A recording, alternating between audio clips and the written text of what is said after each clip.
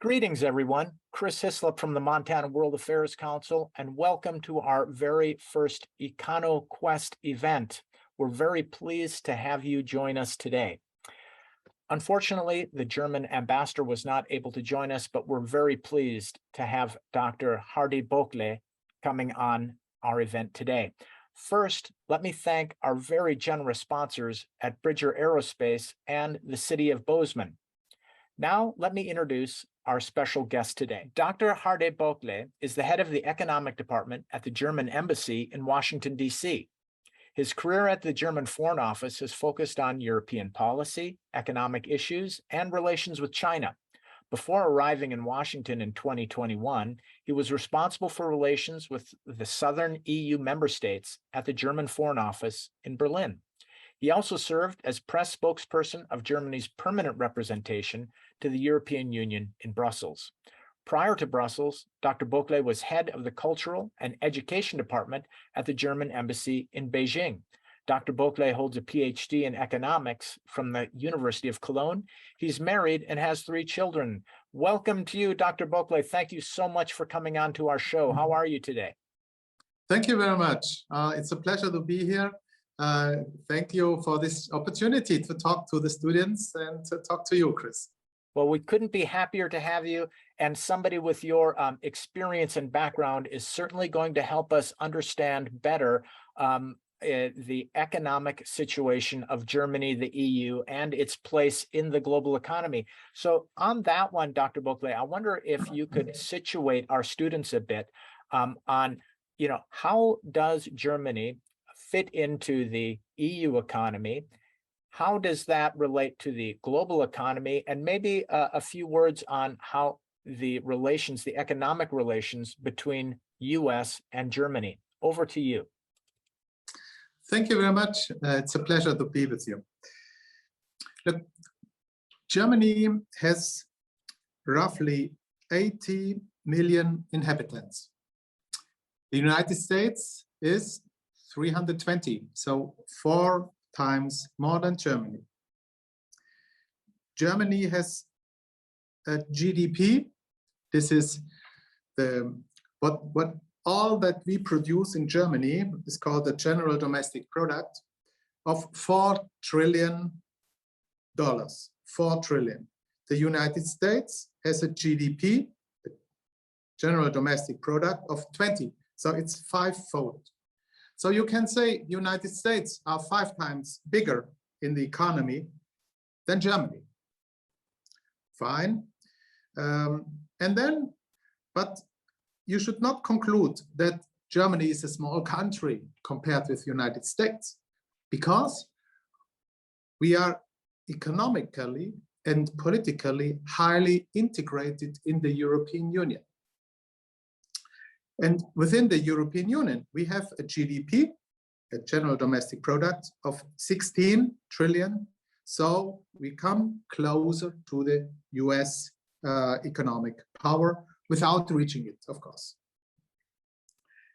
So the integration of Germany in the European market makes our strength. The common market in Europe, and in Europe we have 450 million people, so more than the United States. The common market in Europe is a huge opportunity for German companies, also for the other companies, to trade, to produce, to attract people, to get rich, and of course to trade with the United States. The European trade with the United States is in fact the highest in the world. Together, Europe and the United States, we form the greatest economic power in the world. And this is in benefit of both sides of the Atlantic. This is in benefit of the United States, because people here can buy cheap products from the EU, cheap and very good products. And the same is true for the European Union. Of course, we enjoy American products, such as the products of Google, Yahoo, Facebook. Apple, now Tesla. And this economic interlinkage between Europe, with Germany in its heart, and the United States on the other side is very, very beneficial. And so one of the main tasks of the German embassy in Washington is to maintain and to strengthen this transatlantic relationship between Germany and Europe on one side and the United States on the other. And this makes us in the transatlantic relationship being the best allies, economically, but of course also politically. And that is extremely important. Both of us, the US and the European Union, with Germany in its heart, we want to maintain a free trade among ourselves. We want to maintain as possible, as far as possible, a free trade in the world. This is the globalization, which brings us benefits to all of us. So which are the companies Germany has in this trade relationship? I think everybody knows some German products. It's BMW, the Mercedes, the Volkswagen, the automotive. It's our big chemical companies, Bayer, BASF, Evonik. And it is a lot of small and middle-sized companies, which are not so famous, but in a lot of times they are world market leaders. Companies that produce machinery, that produce production plants, and these companies, middle-sized companies up to 500,000, 1,500 employees that make Germany technologically advanced, and finally that create most of the jobs in Germany. And it's extremely important for those companies to trade all over the world, and especially with our biggest partner, United States. And we in the embassy, of course, we do our utmost to support trade between our countries, to support the exchange of technologies, to exchange researchers, students, and we also have, of course, programs supported by the government to bring American students to Germany, German students to United States, and to interlink people as soon as possible and as much as possible. So that's a relationship between our countries and the situation of Germany in Europe. Germany is, yes, it's the biggest economic power in Europe. And we, all of us, we Germans, we are glad we are highly integrated in Europe. It brings us a lot of economic advantages, but also political advantages. Together with France, Germany and France is called the engine of Europe. And together with France, we try to bring forward the European Union, to make it stronger politically, militarily, and economically. And the German-French engine in Europe is, I think it's all over, it's respected as a driving force all over the European Union. Now, we can speak about turning points in European history, which is the war in Ukraine.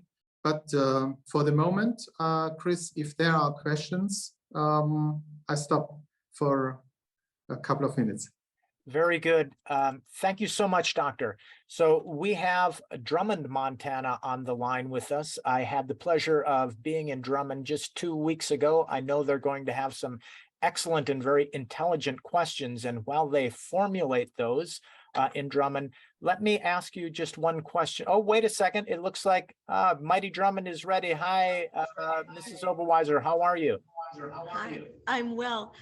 Unfortunately, the bell rang and my class moved to their next assignment. Okay. But we'll watch the video tomorrow, and they'll have some reflections. And I wish they could ask you directly, but Very good. I'll Fine. with them tomorrow. But No problem. Thank you for joining us.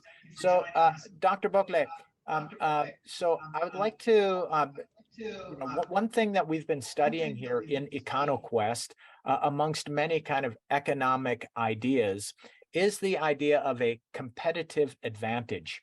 I wonder if you could speak briefly about the competitive advantage of Germany within the EU and in the global economy. Right. So the competitive advantage is an economic idea of David Ricardo, and which says that a country should produce those products where they have a competitive advantage to their trading partners, in respect to their trading partners.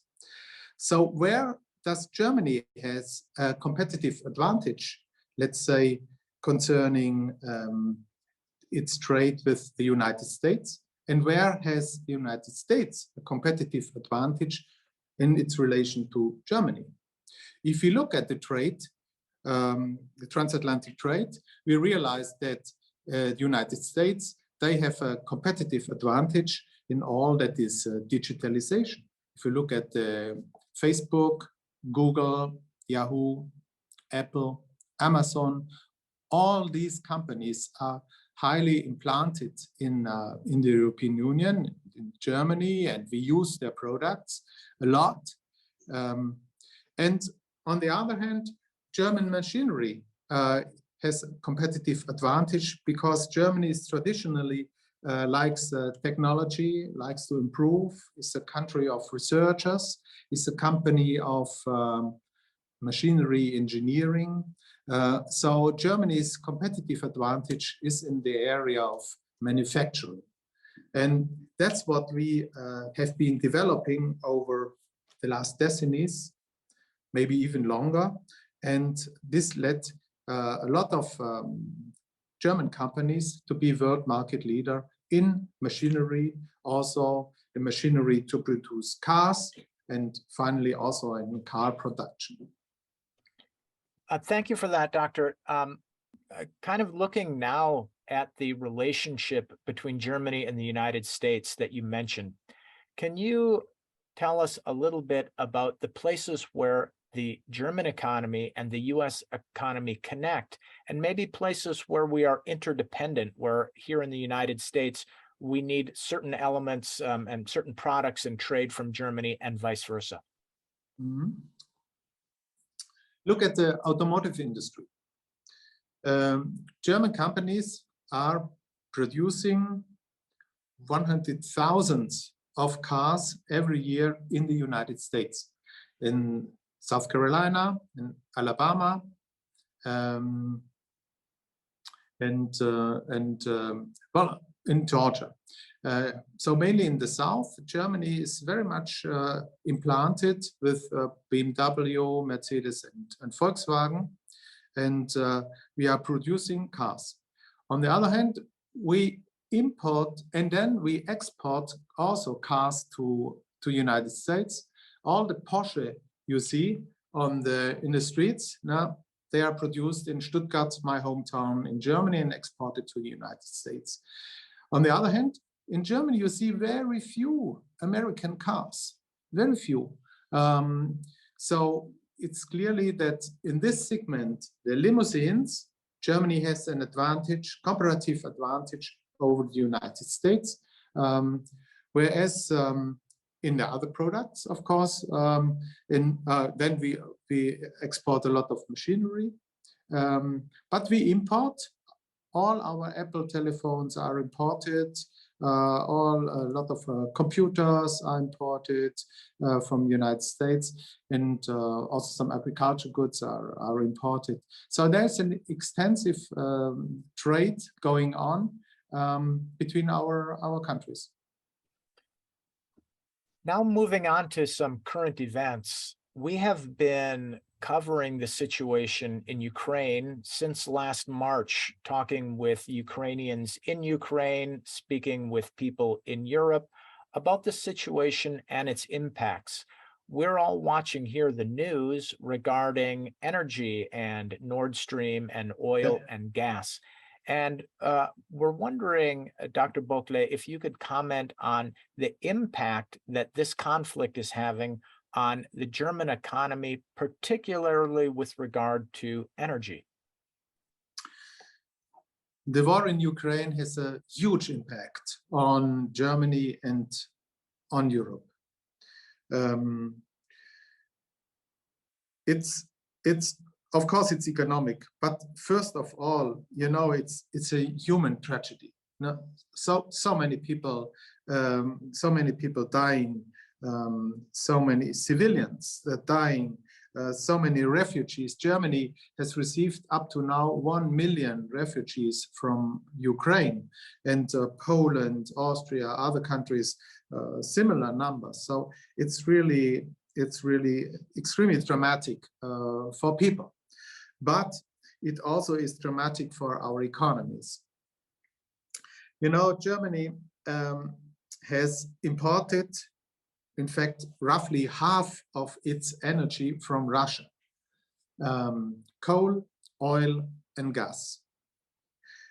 And we had to stop this. By now, we don't import any more coal, any more oil, and any more gas from Russia. And this is a huge transformation. A transformation that only can be done with a huge effort all over Europe. And the first we did is going to save energy. We go wherever we can. We try to save energy, to save electricity, to save coal, to produce and to save gas. And this winter and the next winter will be difficult for German households, but also for German industry, which had been using so far Russian gas imported from Russia. This is no more possible because of the sanctions against Russia. So, but there is, and then prices for energy have been soaring. In Germany, prices for oil, gas, electricity are 8 times higher than in the United States. And this puts our companies, of course, under stress in a very weak competitive position concerning world markets and concerning American products. So what do we do? Apart from saving energy and trying to use energy more efficiently, we go for renewable energy. And German government made a huge push to increase the use of renewable energies. That means solar energy and wind energy.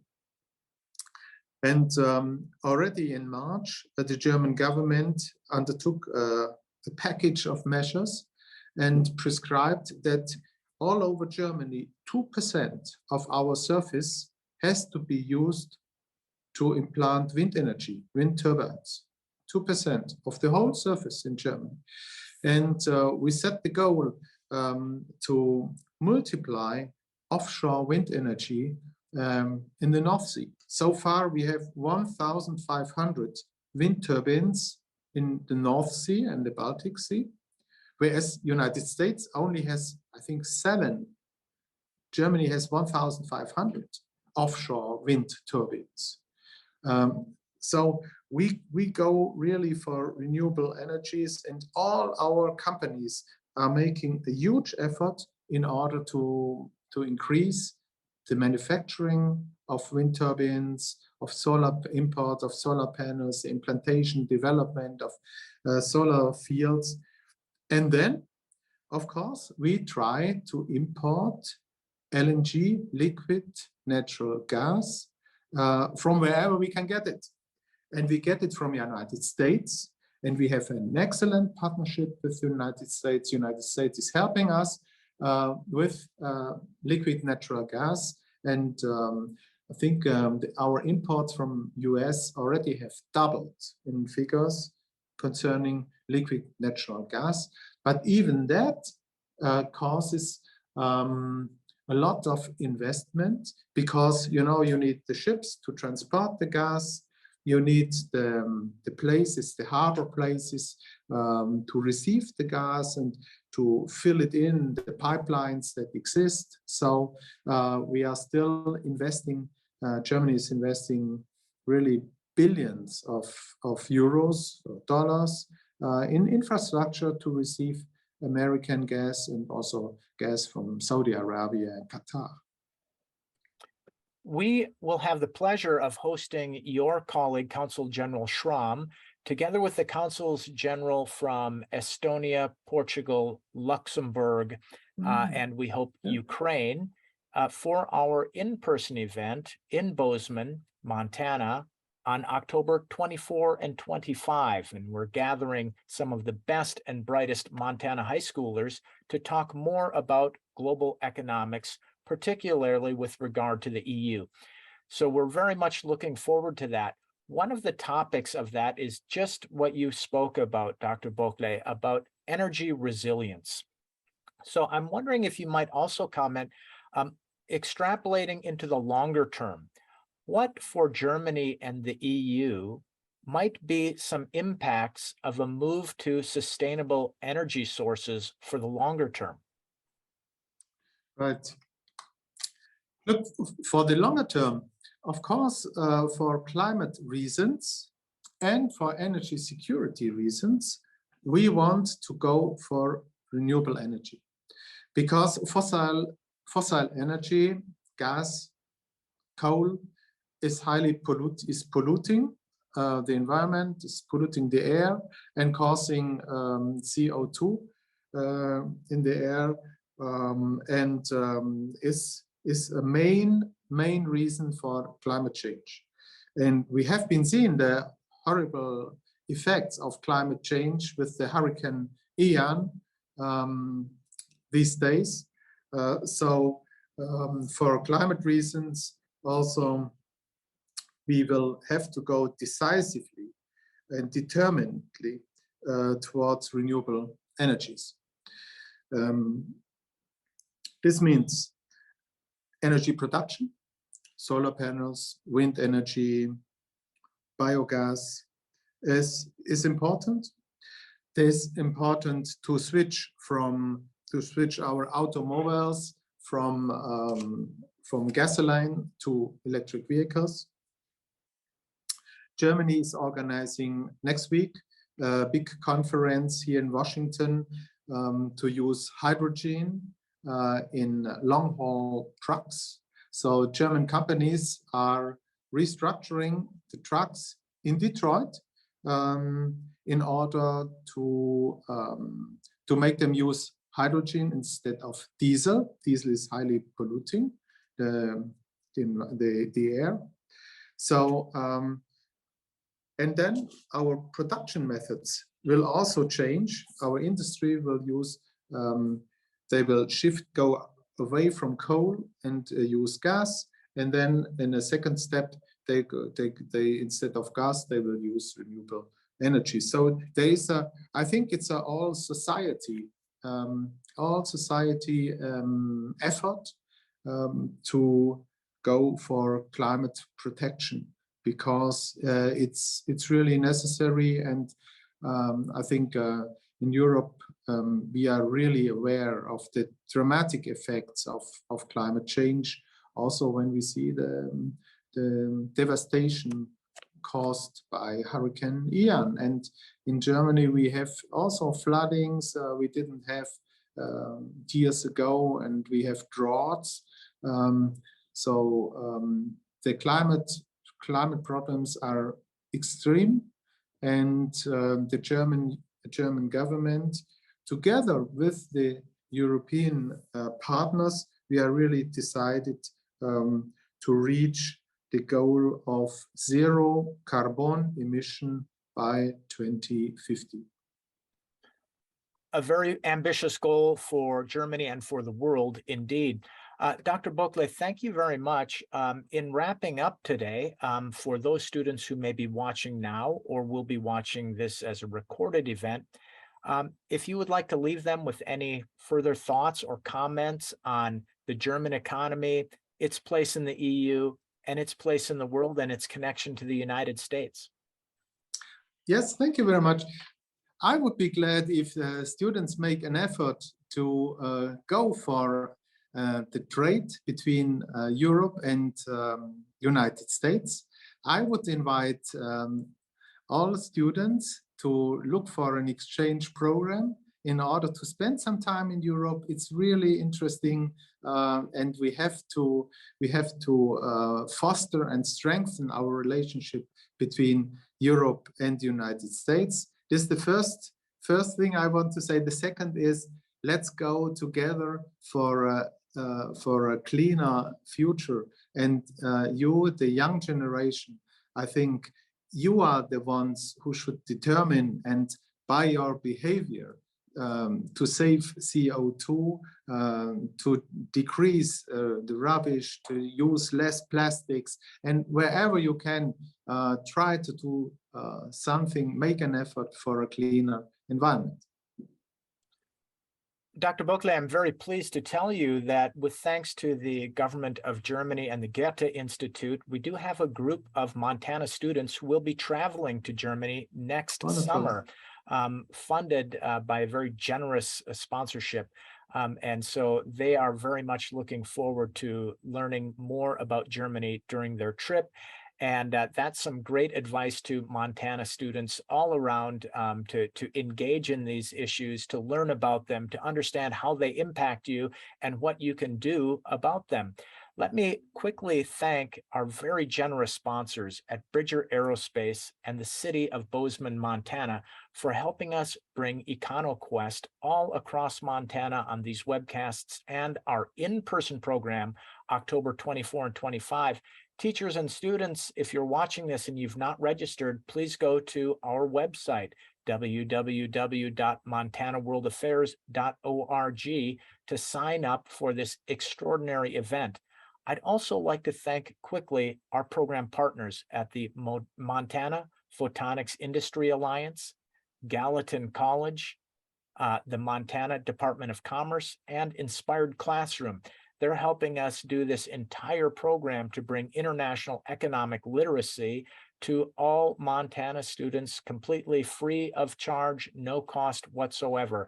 So thanks to all of those students who have been participating today, who will be watching this, and sincere thanks to you, Dr. Boeckle, and all of your colleagues at the German Embassy and at the German Consulate in San Francisco. Sincere thanks for your help and support in bringing the world to Montana, and we hope we brought Montana to the world as well. Have a good day. Thank you all very much. Bye-bye.